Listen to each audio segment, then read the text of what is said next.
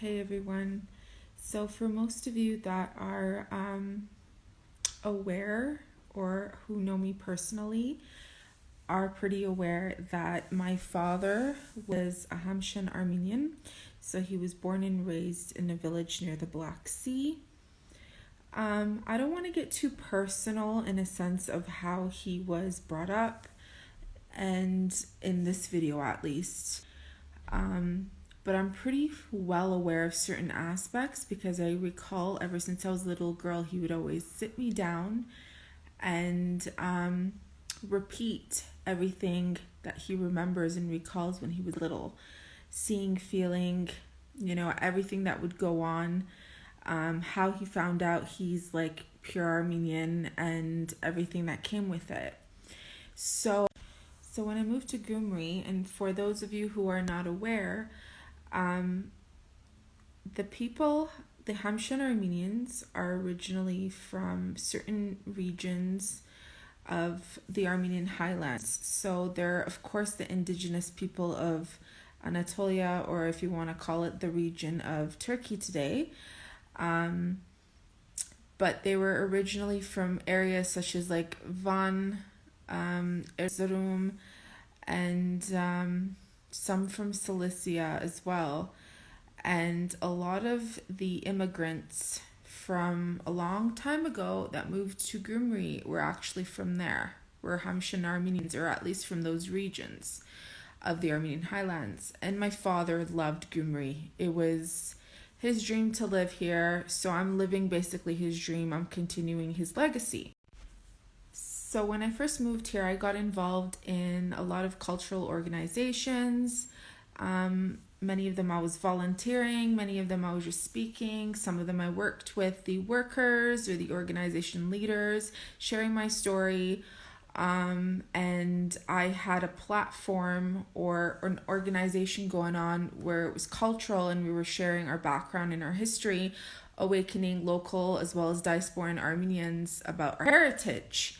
And again, I don't want to make this video in regards to getting too deep with my father or my bloodline in particular right now, because I think the main reason as to what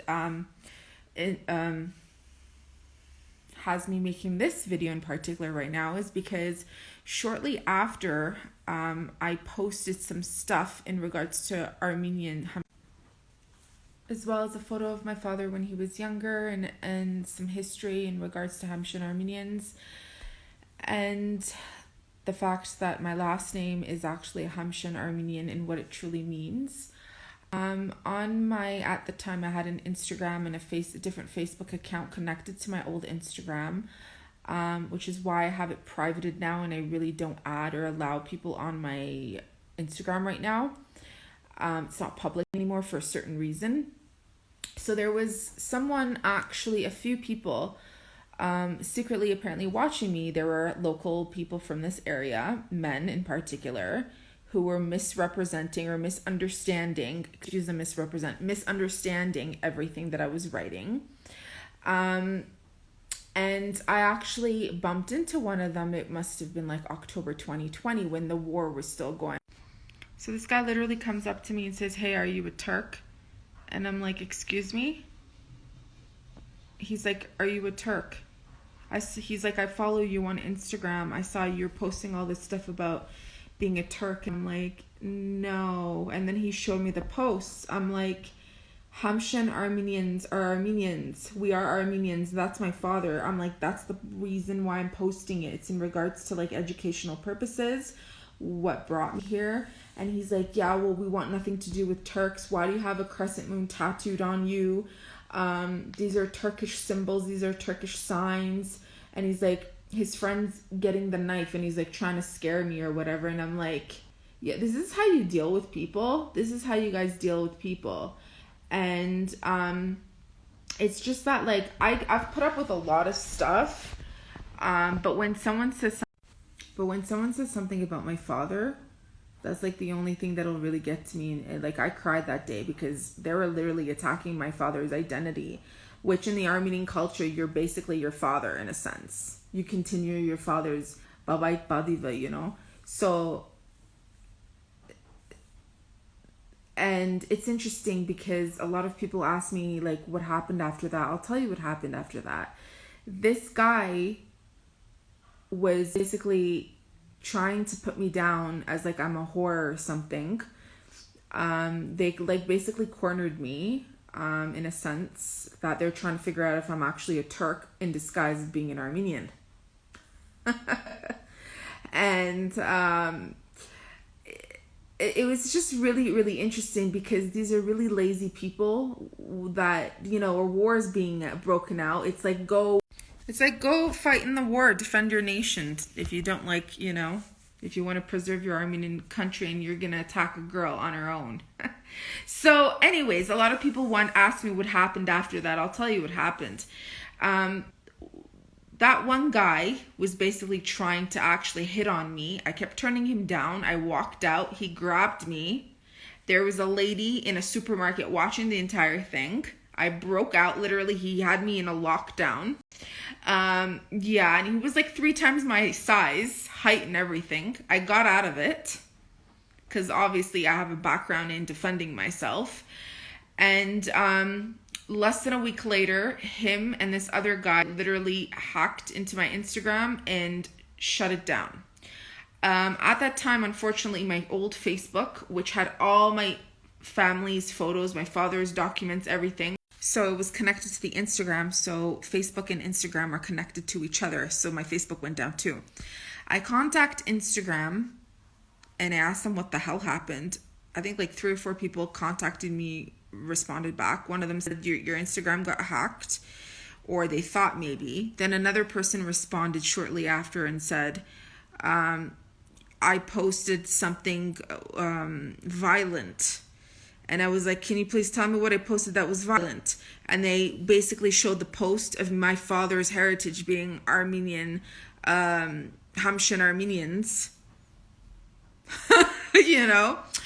And so people are asking me why I'm not talking about the cultural thing that I was in, you know, the cultural preservation organization. And it's like, listen, unless, like, I own an apartment here.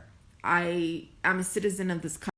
There's organizations here with alumni that stayed here, females that stayed here because of me, because my story affected them so much. Because my dream, my vision, my father's dream that I'm living, you know, affected them so much that they wanted to leave their own legacy, which is beautiful. And they're doing that because of me. Okay? And here I am as a single woman alone doing everything myself. Obviously, I have to care and think about myself and my safety. You know, I can't get the police involved in every little minuscule thing. Do you get what I'm trying to say? Unless I have 3 bodyguards watching everything I'm doing and protecting every movement of mine. Like, obviously, you know. But,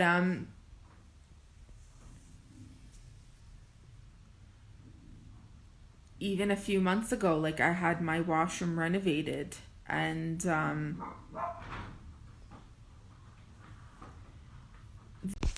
the guy who was renovating my washroom was a father of a tattoo artist here, okay? So the intent was that he was going to do it all by himself. And I just had this really weird feeling. So I would, like, come, like, different hours of the day because I wasn't here at the time. Well, I was here, but I wasn't like here in a sense of, you know, I would like have to go places. So I would come back and open the door and see him with another guy in my kitchen. And their fucking dirty ass pants on my bed. There's so many places they could put their pants and their shoes under my bed. And I freaked out on them. I'm like, what do you think this is? Get your dirty pants off of here. This is so disrespectful. And his friend, who I found out was an Azeri, pretending to be an Armenian. But he is born and raised here. Again, this was only a few months ago. He took me to go check out the washroom, which they had hardly finished. And he's trying to cover up his tracks. And his friend goes to me, oh, you know, he needs help, so I'm here to help him and such. And then all of a sudden he turns around and he goes, oh, I heard your father was an Asala leader. He goes, I want all the Turks to come here and break all Armenian heads. That's my dream. I hate Armenians. Armenians are not good people. All they care about is money. And then he goes to me, when are you going to give me money? So I grabbed them both. I kicked them out of my house. And he came back. The tattoo artist's father came back shortly after, a few weeks later. I wouldn't let him in the house.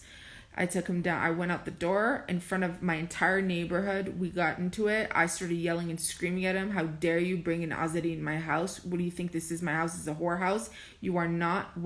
Like, my entire neighborhood heard me. You know, like, a lot of the women came down. After that, they started really treating me with respect, saying what he was doing that was so shameful. And, you know, there were like freaking knife marks on my windows, and I was yelling at him, what the fuck? I said, if I ever see your face here ever again, I'm going to take that knife that you jabbed on my doors, and I'm gonna knife your face and your entire body. And I'm screaming it at him, okay? And I said, how dare you bring that Azadi man in my house? Not that I'm discriminating, but we never agreed to whoever this fucking guy was, okay? So my point is, there seems to be a cycle of this going on, and I'm always the one who has to be taking the abuse or the blame for certain things, just because I am a diasporan Armenian, because I'm a single woman, because maybe the men here don't know how to handle. So for people who are asking me like why my Instagram is on private now, and why I don't add people on it, and why my Facebook is this and that, I don't want drama in my life. Like I said, if I'm going to continue anything, which I am still, but I'm doing it in my own way, I'm not publicizing it, and I don't want to be the center. Like, I've put on a lot of weight due to a lot of stress, okay? And the fact that I want to be left alone, and everybody's like, oh my God, what is she here to do? What is she doing? What is she doing? Is she a whore? Is she a prostitute? Is she this? Is she that? I'm not here to fulfill people's needs or expectations at all. Okay, so again, like I said, unless I have like 3 bodyguards, I'm not going to be presenting to the world everything about myself. My body is sacred, my mind is sacred, my spirit. And like for those construction workers, I don't care whether you're Azadi or born here or Jumretsi or whatever you want to call it, him telling me, oh, they went through my passport, my Armenian passport. Oh, you're not even Armenian. Oh, you're not Syrian, or you're not this, you're Canadian, so on. Like, it's just, it gets really tiring. It gets really, really tiring. And just because people are jealous of me and they can't handle that, they don't know how to deal with me because maybe they're just used to treating women like prostitutes, or that they're nothing, especially when they're intelligent and respectful and they're paying for things to get done. It's a little awkward for them. So of course I'm here to say, of course I'm going to think about myself. And I'm kind of tired of people saying, okay, 1 or 2 little bad apples. It's not like that when you're living here permanently alone, okay? So obviously I love living in Armenia. Don't get me wrong. I love Gyumri. I love this is my home. This is where I'm here to stay. But it's no excuse for people, whether they're communities of people, diasporan Armenians or international or local people here, to say 1 or 2 little bad apples when the reality should never be brushed under. There should be support by communities that are even bringing these people here, such as like anyone that's a diasporan, or there should be supporting people that are going through these things, and they don't. They like to hide these things. They like to deny they exist, and that's not helping. So we're going to leave this story at that, as to why I've been on the lay low and not really caring about being in communities, because it's part of the reason.